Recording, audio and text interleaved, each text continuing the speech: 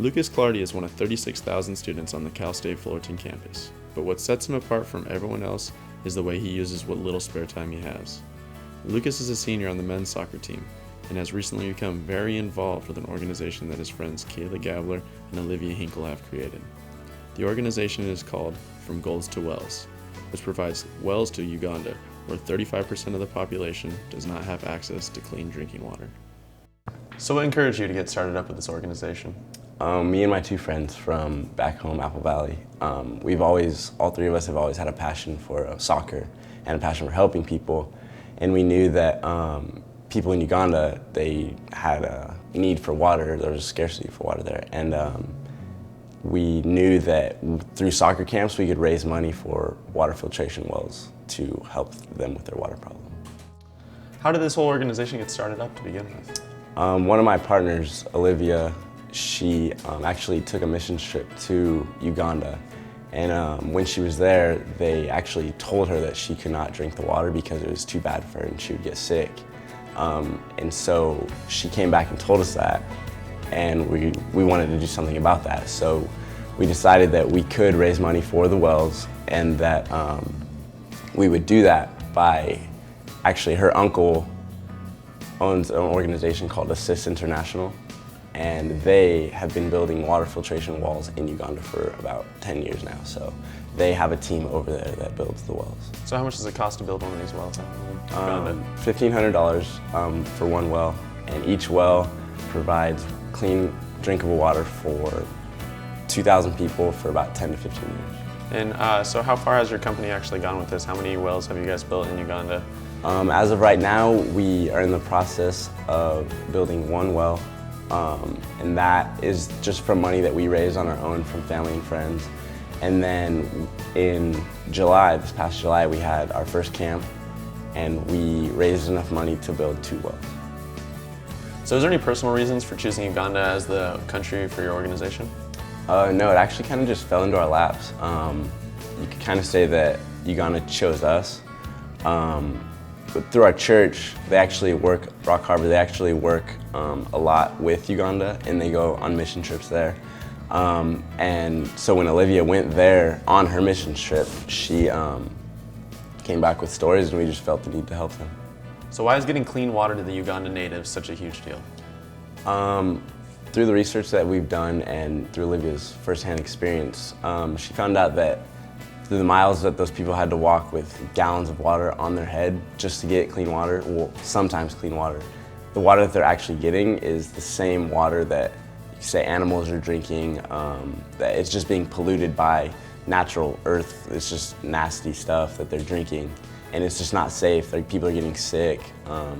Diarrhea is a big problem in Africa. It's not right that they have to drink the water that the dogs and cats, all kinds of animals are drinking.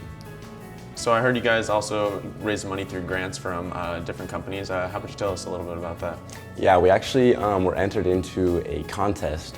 It's called Youth Venture, and it's what they do is they get young youth and that have big ideas, and if their idea is good enough, they'll choose them for a grant that they provide. It's $1,000, and so we actually ended up eventually winning that, and they entered us into a additional competition, and that was a Click for Change competition, and through that we actually won a $10,000 grant.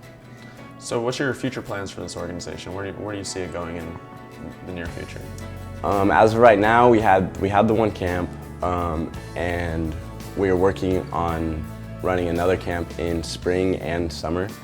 And we're also not just working in Orange County, but we eventually want to spread out into the LA County and hopefully across Southern California. So Lucas, between school and soccer and everything you do in your life, how do you find time for this Go to Wells company? Sometimes it's harder than others, but honestly, it's something that we've grown to love to do.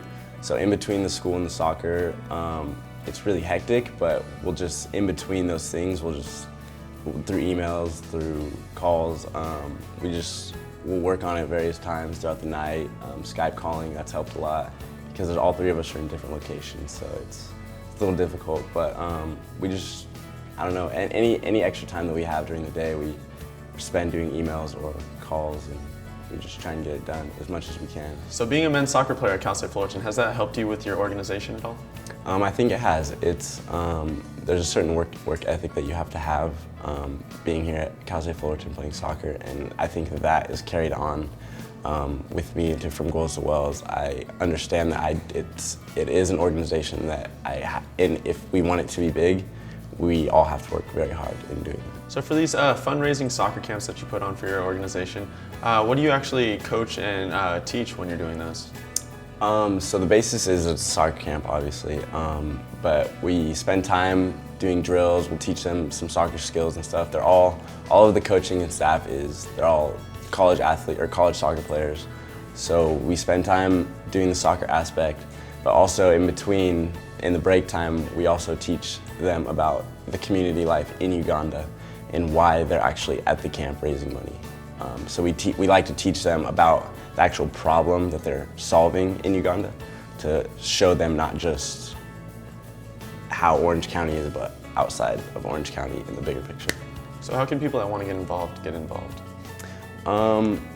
Through a couple things. We have a website, it's fg2w.org. And our website is actually being reconstructed right now, so there'll be a donations page. And also you can go to assistinternational.org, the company that we partner with, and they have a donations page. And you can donate to various wells if you'd like. And just talking to people about other issues and just educating people on other issues going on outside the world. So what can the public do that's not too involved in the soccer community to help give back to your organization?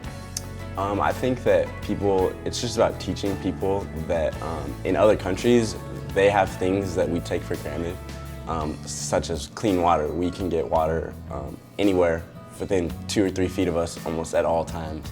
And people in Uganda have to walk miles to find clean water, accessible drinking water, to bring back to their family. And it's a chore that they have to do every day, but we take that for granted.